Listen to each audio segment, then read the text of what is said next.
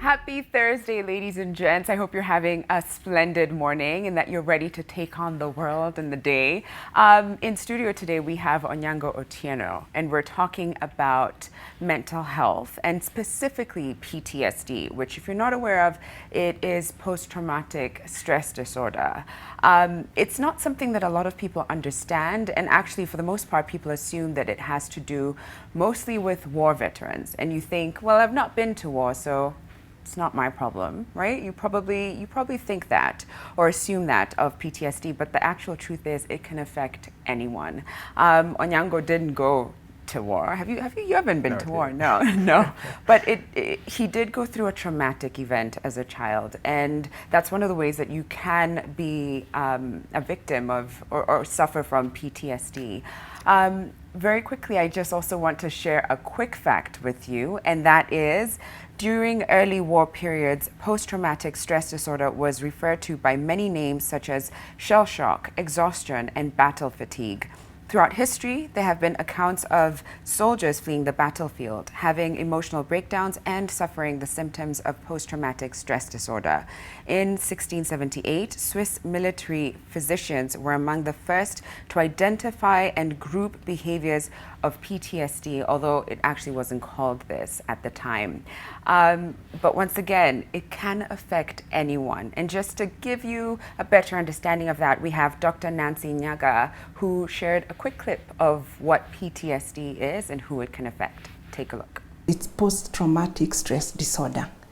It means that someone suffers from that condition when they go or experience some form of trauma, which can be an accident, a fire accident, post-election violence like what we had last time, fires in schools, violence at home when kids witness that, or even the person who is being beaten when someone has gone through a form of trauma themselves. And the symptoms start showing up like after a week or so, and will last for about a month and can continue on for about 6 months. And the person would be experiencing flashbacks, memories, and like they're re-experiencing the trauma again. So if it was through a car accident, probably like when you pass by the same spot, all those memories just start flooding back, and someone will start going through like palpitations. They'll feel like they're going through a panic attack. And the person can actually become almost dysfunctional. Okay, so now we understand it can affect anyone, right? And our guest today again is Onyango Otieno. He is also known as Rick's Poet. He is a poet, he is a mental health advocate, and he is the co-founder of Fatuma's Voice Foundation. Right. Welcome to the Thank you very show, much, and thank you so much for choosing to share your story. For the past 4 weeks, we've actually been focusing on mental health and mental illnesses, and inviting people on the studio to just share their journey. So I want to start by having an idea of what your childhood was like. Were you born in Nairobi? Yeah. Okay. Pumwani Maternity Hospital. Okay, okay. Yeah, but my parents lived in Kitengela at that time. Okay. I'm the firstborn in a home of 3 children. Each of us has a space of 7 years. We are 3 of us. Whoa! By chance. Okay, 7 years. Okay. Yeah. I grew up in a very violent home. My parents fought a lot. My dad struggled with alcoholism. Okay. And it made him be very violent towards my mother and myself. And being the older child, I experienced a lot of that growing up. And it was very difficult to deal with because, first of all, I grew quiet out of the helplessness that came out of not having avenues to express myself. Okay. Because you grow up with a lot of fear if you're around a violent space where nobody's listening to you, or you don't have a channel to express what the actions around that are happening around you make you feel. See, so I grew up with a lot of that turmoil, and there was no way I was taking it as a young child, and it really affected me. Okay, was it just you, or was he also violent to towards your other siblings too? So what happened is my brother came when I was about 7 years old. Right, yeah. So he didn't experience much of it. He's seen it, but he hasn't experienced these parts he didn't experience. Okay. Yeah. Okay. And you talk about not having an outlet.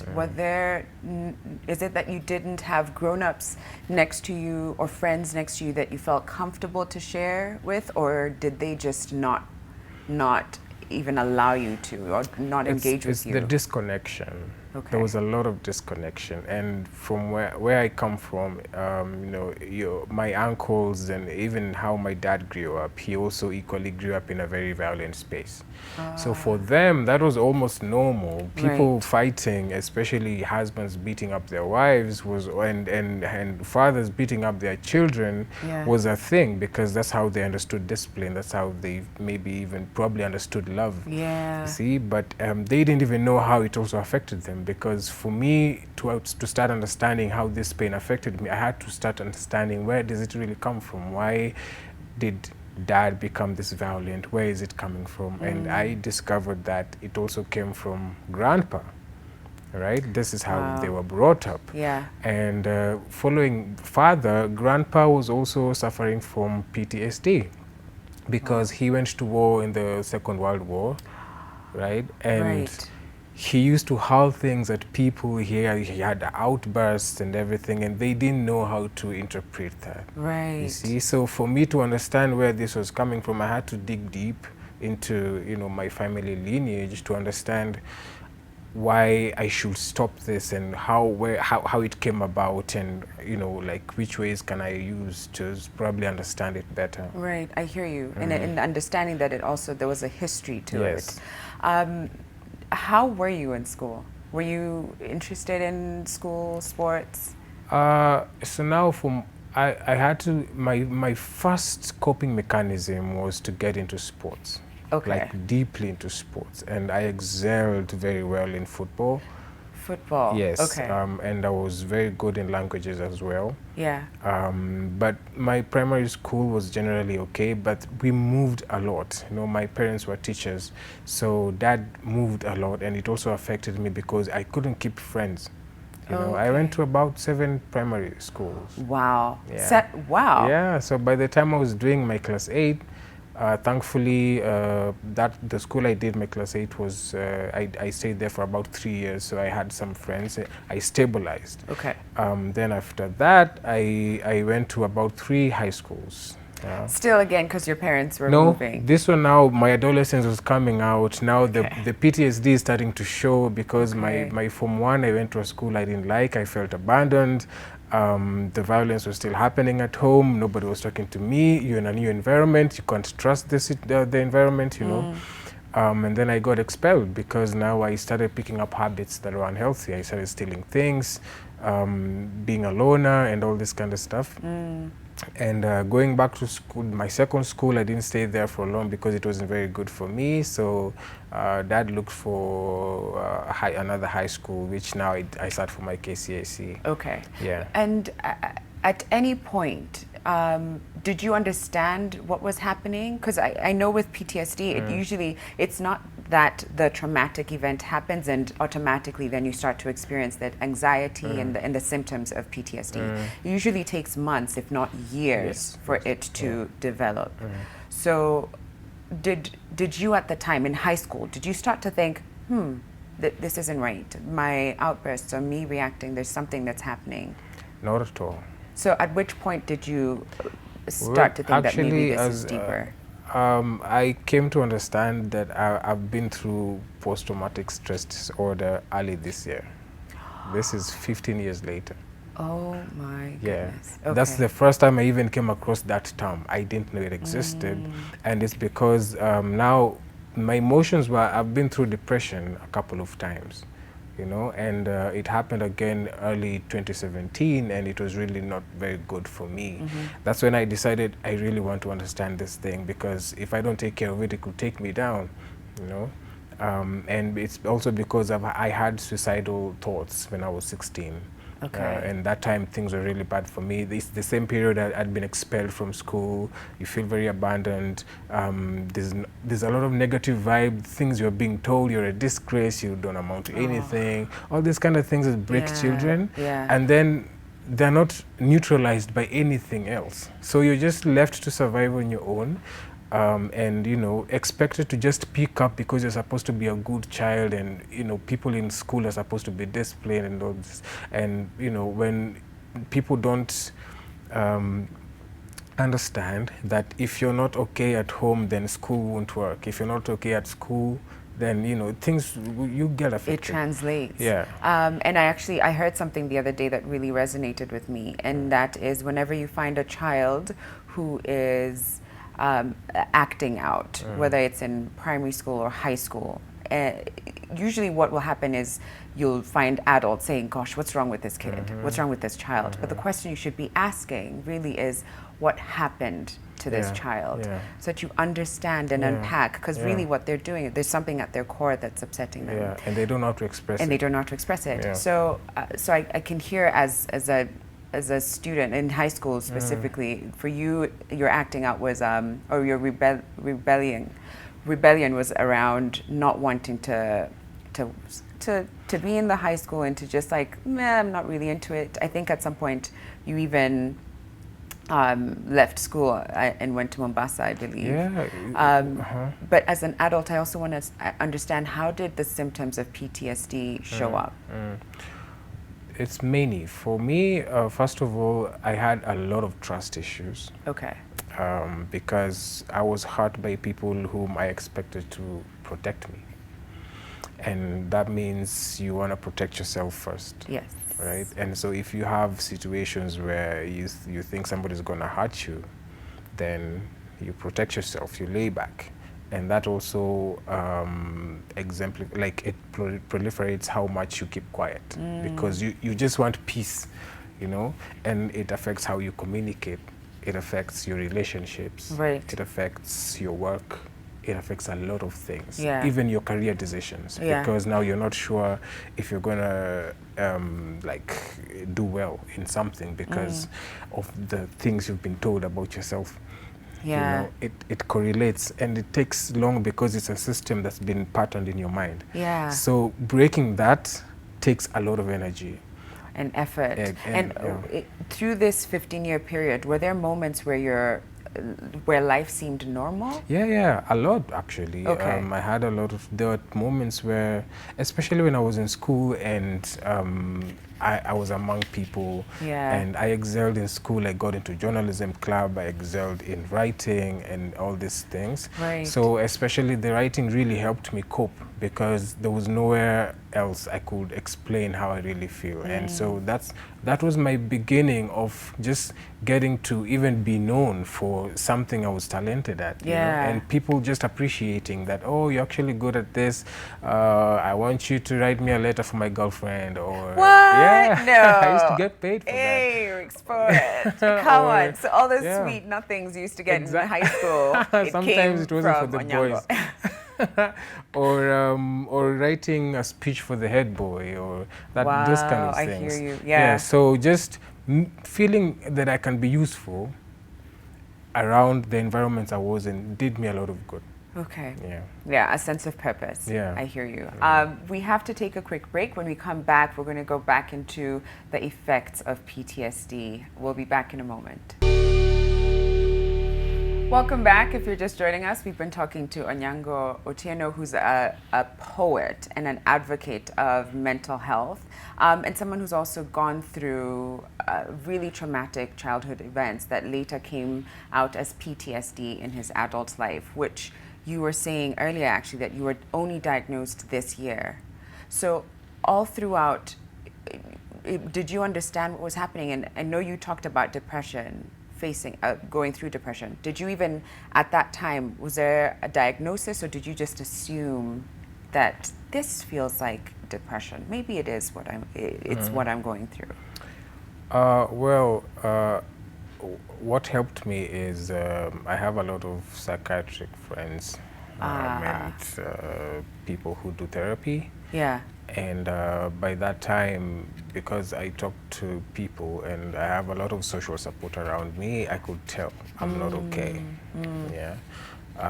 And exposure really helps because you understand, if you understand your mind, then you know when it's down, you know when it's okay. So I knew, because of the symptoms I had been showing, things I've been going through, I knew this is coming from somewhere. And especially from early 2017, I actually felt suicidal for a while there because things weren't doing very well for me. Okay. And so I knew I'm going through depression right now. Yeah. Okay. And so my first point was I put up a post online to actually just talk about it. Okay. You know, today I'm not feeling okay. Wow, that was very brave of you to be open, because a lot of times, especially in the online space, what we want to do is put up the perception that we're good, we've got to cover it. Look at me, everything is good. But for you to go out online and to break down that the walls and show yourself, must People have been wonder a lot. terrifying. Also because I had been writing about my life previously, also about, you know, the violence at home and everything. And so it was a way I had already formed like a rapport with people, like I could open up about my life. You know, so it wasn't as difficult for me. It was only a new experience. Now today, Onyango is talking about depression. We've never heard him speak about this. So it was still, for people who have read me for a while, they would understand that this is the correlation with the violence at home, correlation with the relationships that I've been working, and all these kind of problems that I've been having all through. But it takes a lot of years. For most people to even understand, and many more die without ever understanding. And with their family and friends understanding. Exactly. So you were only diagnosed with PTSD this year. Yes. How did your family react to that? Did you share this with them? With my mom, we are still not in very good terms with dad. And the family issues are still ongoing. I had to take myself outside that environment, first just by moving out, which was such a big deal for me, and just having my own space, my own house, that, you know, I could control what's happening inside here, because what was happening at home is every time even my parents start arguing, I become very anxious, you know, because my memories go back, you know, even if we're in the house and I hear something banging, you know, those memories come back. Like I think, oh, someone is in trouble, my mom is in trouble, something is going on, or something, or even just a plate falling down. I can't, you know, and also I'm very wary of places where violence is happening. I don't like seeing people arguing. I don't like people fighting. Does that even affect the things that you consume, whether it's television or? Okay. For movies and this kind of thing, I can watch that. In relational places where it's face to face and I can see this, or even it's very difficult for me to watch movies where a woman is being abused. Yeah, I can't take it. And then at what point or how did the people around you then react, whether it's specifically your siblings? I'm curious to know, was that a source of refuge, a point of refuge for you, to be able to speak to, whether it's your younger brother, and to confide, or how did it affect them? I had been opening up about how growing up in our home was for me. They know, they understand how difficult it had been for me. And even just talking about depression and mental health, they got it, you know, because I had to look for a language to break it down. You know? They got it. But what helped me further was my support system. I have a Bible study group which have been there for me for the last 6 years. And even that time I got into depression or you got diagnosed with PTSD, they didn't know about it. They didn't know this term. They didn't know where it's from, but they were just there for me. You know, they'd come home, they'd cook in my house, they'd clean my house for me, they'd spend time. And at what point were they doing this? This is early last year now. When you were... when I opened up. And when you revealed that you've been having the suicidal thoughts. So I think without that social support, I don't know what would have happened to me. Yeah. Yeah. Beautiful. Are there things specifically that led to that moment in 2017? Yes. Is that something that you'd be sure. open to talking about? I didn't have a job. Okay. And we were also going through a very difficult time at Fatuma's Voice. Things were not looking up very much. Okay. There was a lot of pressure when you're in the leadership, and this is something you've co-founded, and things are not going up very well. It stresses you. I was also coming off a very toxic relationship. And so all that, in addition to the trauma I had not taken care of, took a toll on me.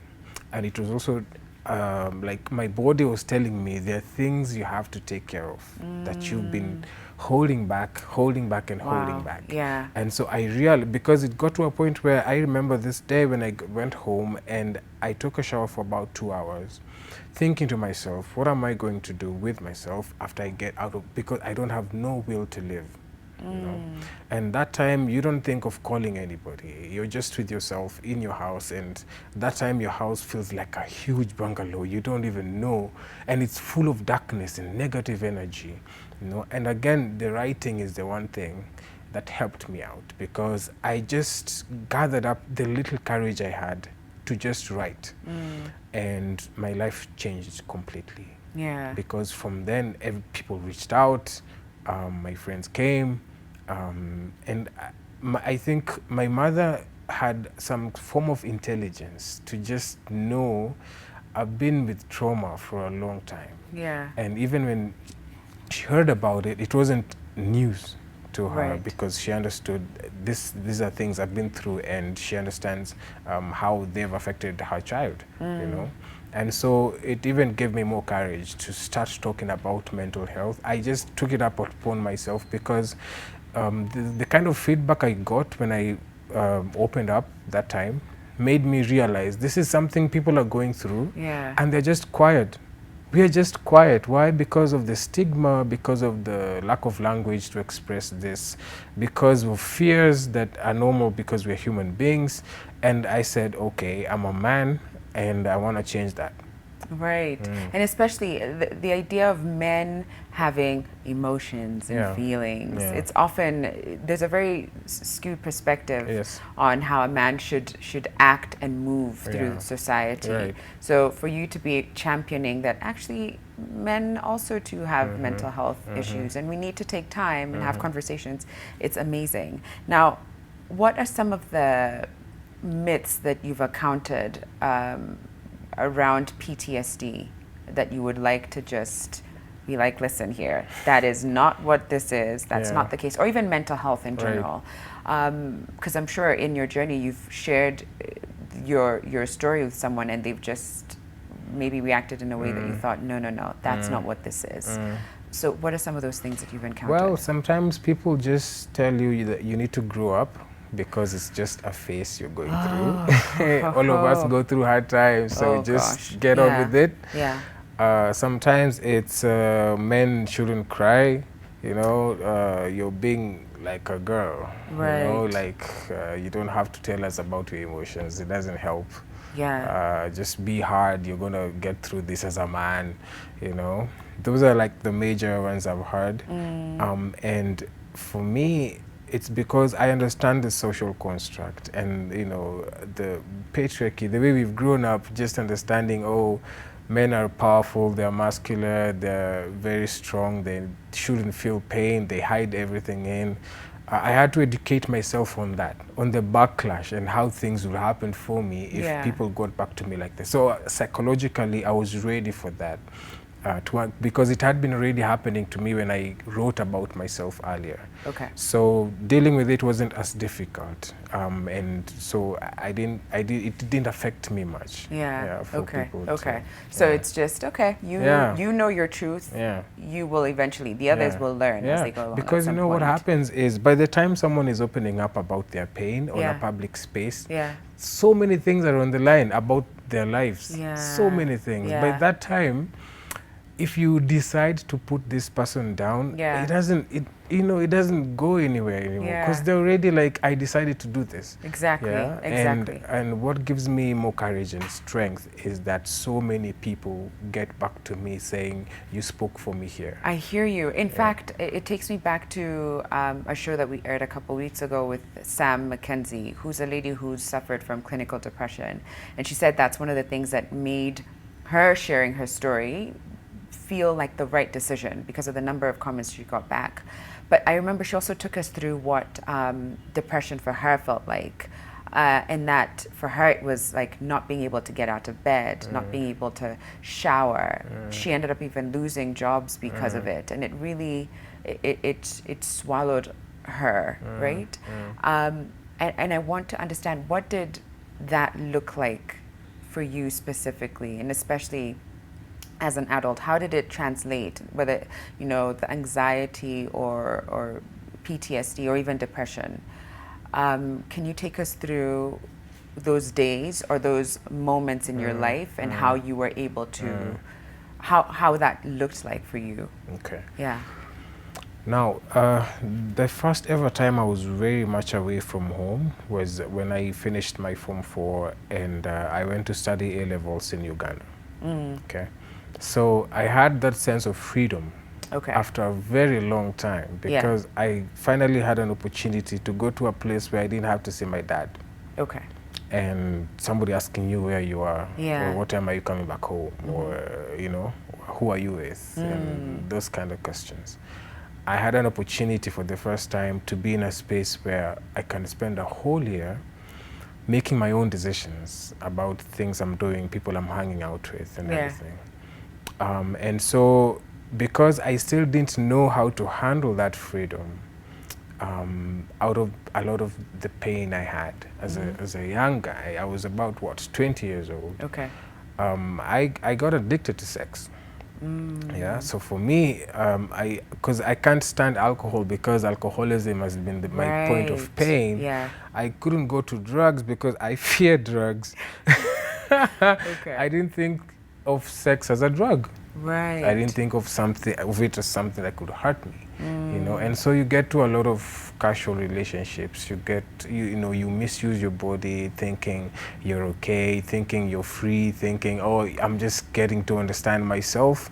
But in the real sense, there's something you're running away from. Yeah. And it's different when somebody is doing this out of self-awareness and when it is out of running away from something. Yeah. And a lot of people don't talk about it because we want people to give us freedom. It's our bodies, we can have as much sex as we want. Yeah. But if you're not having an honest conversation with yourself, you're the only person you're hurting. Yeah. So for me, that was sex addiction, and getting out of it was another nightmare because I had to face my truth. And that must have been tough. That was the hardest thing because sometimes you get into very healthy relationships with good people, and then the anxiety comes back and you realize, oh, okay, I'm not going to do this. So you run. Same thing over and over. It gets to a point where you don't even see the meaning of relationships anymore. Wow. You know. And all the while, I guess what you're really searching for is that connection, the safety within that relationship. Do you remember the point at which you decided to seek help? Do you remember that? Was it a moment for you or a journey? It was a journey because I sought help in different ways. Okay. Yeah. First of all, I wasn't able to finish my campus education because my parents kept fighting and they couldn't raise my fees. So I remember I went to Daystar University. I remember there was a lecturer there, Dr. Ward, who I went to talk to. I told her this thing is going on at home. She tried to connect me to a therapist. But it was a bit difficult for it to be sustainable because it needed money. And that's the thing with therapy, it can be quite expensive, or even just seeking help. We have to take a quick break, but I do want to come back to that. And even before we go to the break, I just want to share with you something that Dr. Nancy, a psychologist, shared with us around seeking help and how to go about it if you're in this situation. Take a look, and then we'll be back after the break. How we help them is probably allow them to even seek help through counseling And for some, if it's very severe, have to go through medication. There are very good techniques through counseling that people are helped to process the trauma so that it doesn't continue affecting them and living like they are re-experiencing it every day. Welcome back. We've been talking to Rick's poet, a poet also known as Onyango, but you know, we know him here as well as Rick's poet through his poetry. And he's been sharing his journey through PTSD and depression and the life events that led to that as a child. And before the break, we were talking about seeking help and seeking treatment. And you then spoke to a lecturer who put you in touch with a psychologist. Take us from there. Yeah. So I opened up to the psychologist about everything I was going through at home. Okay. She tried to help for that first time communication, but it wasn't sustainable because this is someone who was working, they needed money and stuff. I wasn't at a place I could even afford even just transport to just go to town. Yeah. I had to ask for my dad, what will you say you're going? Where? To see a psychologist? What's For wrong what? with you? Yeah, you know? And so I kept it in again and years went by. So what helped me most is the poetry and music. I listened to a lot of music and writing and reading. I think reading has saved my life, for God's sake. What kind of books would you read?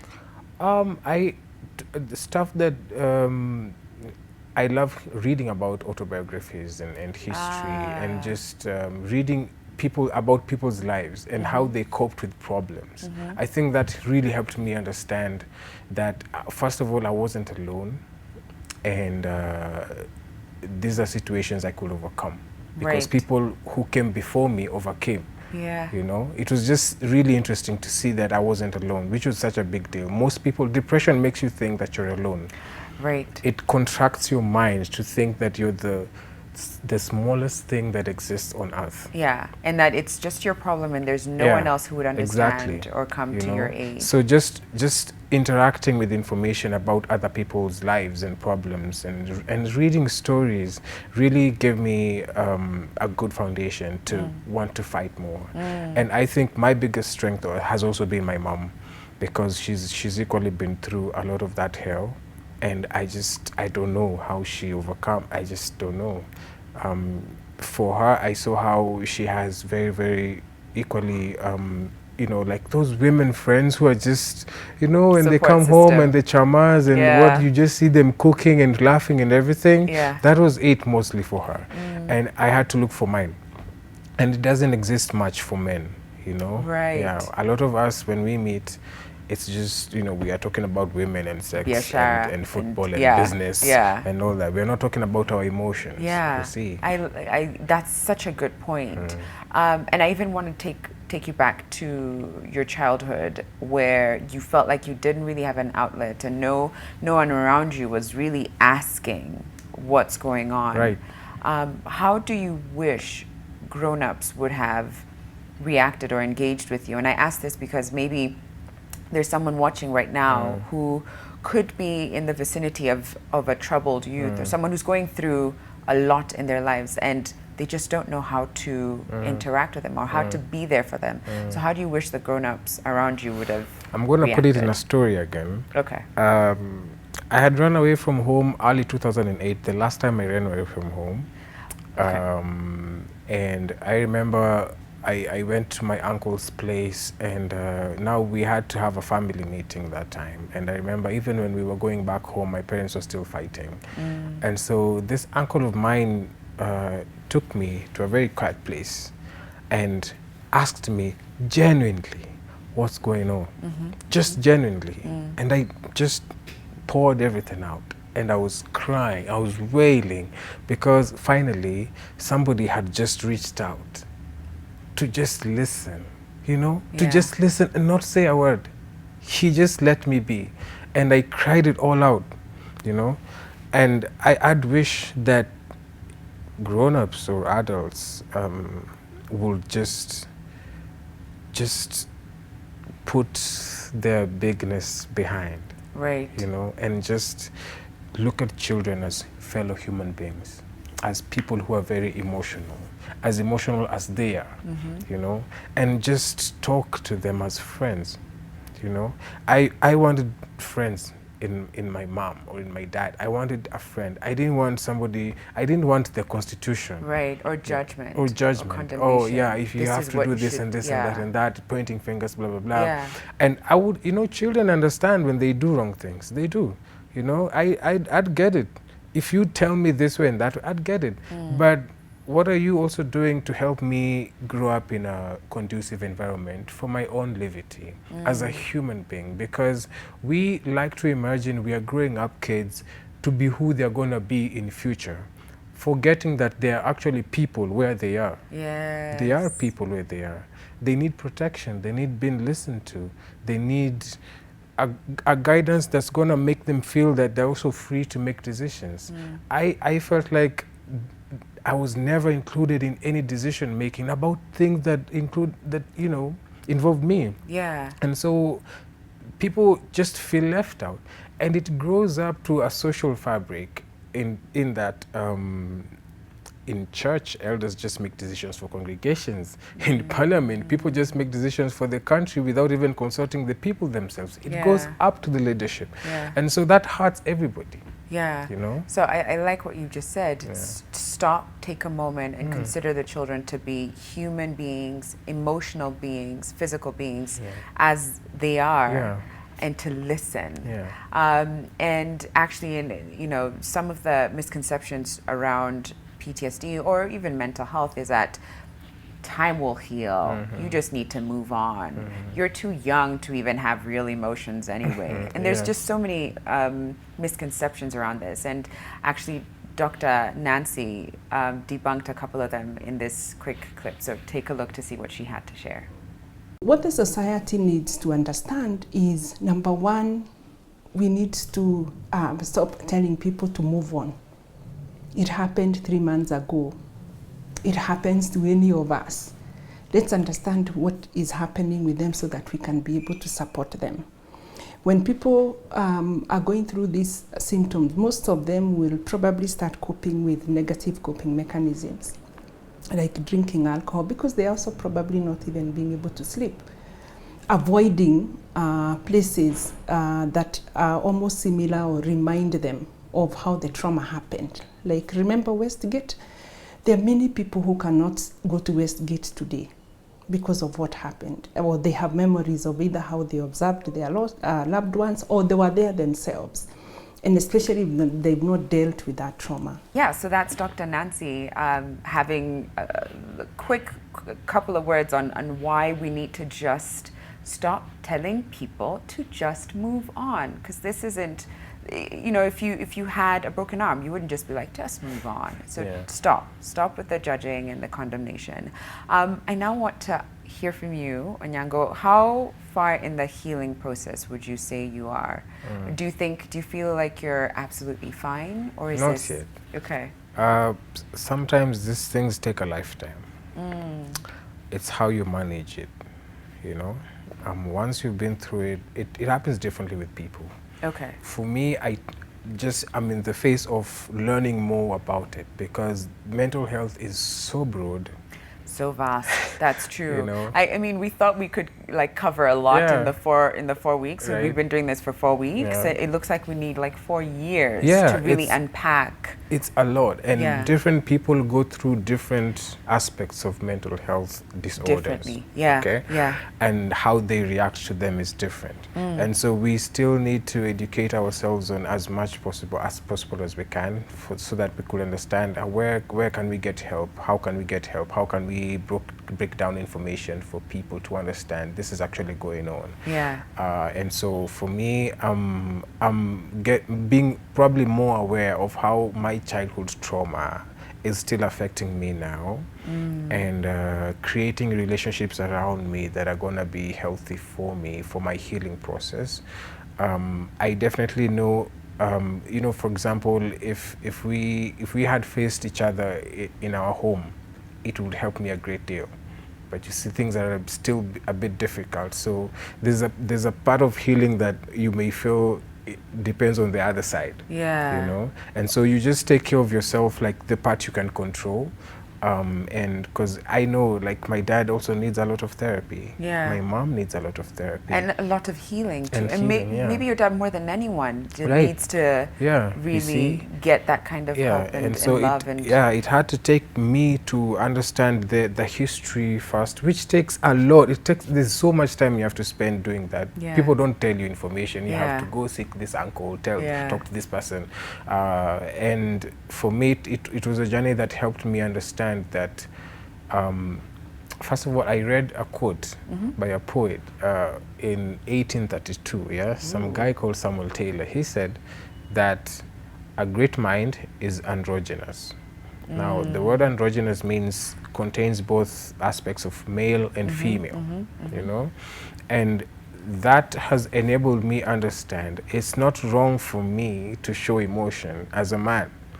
Okay, it's okay for me to actually even connect to a feminine side, for me to really understand the world. It's okay for women to understand a masculine side, for them to connect with the world. And that's how we'll start relating with each other. Exactly, you empathy. Know? Exactly, you grow your emotional intelligence, you become a better person for yourself and for the environment you're in. You know, and it takes a lot of self-education for you to understand your pain, because you can't heal from something you don't understand. Okay? You have to heal from something you understand. So take as long as you can to understand your pain, because you will only heal something from where it hurts. Right. Yeah. Oh, a lot of us deal with symptoms. We don't deal with the heart of the heart. Okay? We don't deal with the soul of the heart. Oh, you have spoken some truths today. I feel like you're dropping some lines, some poetry lines. Yes. Actually, speaking of poetry, you've just talked about how that was one of your healing tools that you were able to write. You also earlier on said that you shared online that you were actually having suicidal thoughts. Why is it important for you to be so open about your story and to share it with the world? First, because it empowers me. I think my purpose in this life is to get out there. I didn't go through these things to keep them. I went through them to get them out. And so the more I get them out, the more I feel powerful, the more I feel alive. The more I feel my life counts. And secondly, I enjoy it. I enjoy writing, I enjoy connecting to people, I enjoy listening to people's stories. I love stories, I listen to stories all the time. And third, it's to get someone, to impact someone's life, you know, and to reach out, to speak for them. Many people go through something, they still don't have a language to express it. So you can heal from reading someone else's experience. I 100% believe that. And in fact, as you were speaking just now, I was just thinking, there's someone who's watching you right now who didn't understand why they are the way they are today and why they make the decisions they make today. But by hearing you, they can understand it's because of the childhood trauma. It's because of the car accident. It's because of the loss I experienced. Earlier, you were even talking about the loss of a dog could lead to PTSD. And they're able to connect the dots, and that is the start of their healing. So I think you're well on your way in making sure that people connect to their real selves and understand themselves and forgive themselves. Learn to love themselves too. What piece of advice would you have for someone who's suffering from PTSD or any kind of trauma? There's a lot to say there. There's a lot to say, but first it's accept. This is your situation here now. Okay? Accept it. Accept it. Accepting it will help you a great deal. Second thing is it's okay. You know, it's okay to be here. You didn't bring yourself there. it happened. Things happen all the time. It's okay to be there. It's not a bad, wrong thing, whatever. It's you're just in that space at that time. Yeah. That's not your destiny. You are not meant to stay in post-traumatic stress disorder. You are not born for pain. That's true. You're not born for struggle. That's not your life. I agree with that, yeah. If life is not balanced, then if you're always too happy, there could be a problem. If you're always too sad, there could be a problem, you know? So the goal of life is to come back to the middle, to come back to the center. It's like, are you balanced? Is your life balanced? So that's where you start figuring out, so where are you experiencing pain from? And where are you also experiencing happiness from? Do they meet? Okay? Are you just on one side, on either side of the measurement, you know? Are you just on one side? So you have to come back to the middle and figure out, so this is where I want to go forward. So, and seek help. Seek help, it's different. Psychotherapy works differently for people. For people, some people, it's just talk therapies, like, you know, what we're doing right now. I want to talk to someone. And actually, in most of my experiences, many people are not really depressed. They just need someone to talk to. Okay, so it's because it's an accumulation of things. Right, or it's mild depression. Yeah. It's a mild case Sometimes of depression. it's not even, Oh, do you know depression is called depression because it's an elongated stress. Okay. Okay. Sometimes it's just stress that has not been dealt with. Right. So even before you even get to mild depression, if you just allow yourself to have these conversations, then you're already in the healing. You curb that from becoming, you know, severe clinical depression. We can avoid, you know, prevention now. We can prevent a lot of depression if we have support systems around us, if you have healthy relationships around us, if we are doing things we really love, we really enjoy, and that means taking more control of your life and your decisions. You know, you don't have to get everything right all the time. It's impossible anywhere on this universe. There is no such thing as that. We've come to learn. Very quickly, I want you to tell us what Fatuma's Voice is about. Okay. You know, I introduced you as a co-founder, but we don't know what's Fatuma's Voice. Fatuma's Voice, it's a platform for social discussions for young people.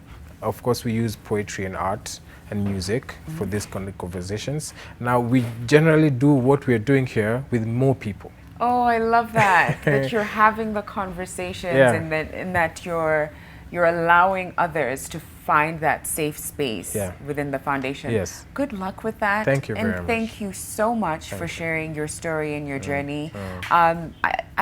I believe that it must have been difficult the first time. I can only assume, right? The first time you chose to share. And the fact that you continue to share and to continue to be open about the trauma, the pain and the suffering, I know it's going to have a profound impact on many people's lives, and that you are changing people's lives by sharing your story. One more thing, I wrote a book out of this whole experience, just a collection of my quotes, and it's very easily accessible. So it's just an ebook that I called Touring My Mind. It's just available on Google. Somebody just search Touring My Mind, you'll find my name there and how to get it. So it's like a daily reminder, little conversations of things that remind you who you are and things you need to deal with. I love that. I love that. So you can get the book, Touring My Mind, if you just search online. Onyango, thank you so much for sharing your story. And once again, for the book, Touring My Mind, that you can get online. And thank you guys for watching. I really hope that you were able to take something from today's show, whether it's how to treat the younger children around you, that you see them acting out and you don't know what's wrong with them. Instead of asking, what's wrong with you? Ask, what happened to you? And listen. And also, if you have gone through a traumatic event, know that it's okay and that there is healing at the end of it. Okay, now given that it's Thursday, we're gonna throw it back because, you know, Throwback Thursday, and why not? And I wanna take it to the matatu. Now, our matatu culture has evolved with time from the 1960s to date. And I want you to check out how far we've come as a country to the kind of public means we use today.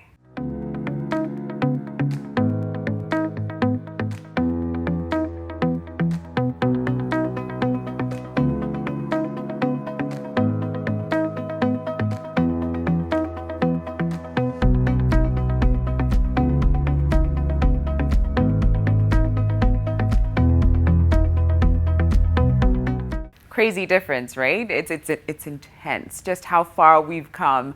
Now I'm gonna have to love you and leave you, and I'll see you tomorrow, Friday. We've got an exciting show for you guys today. You know, Friday is a chill day, it's a relaxed day. We take it easy over here. So I hope to see you 8 a.m. and I wish you nothing but love and light as you go through your day. See you tomorrow. Bye.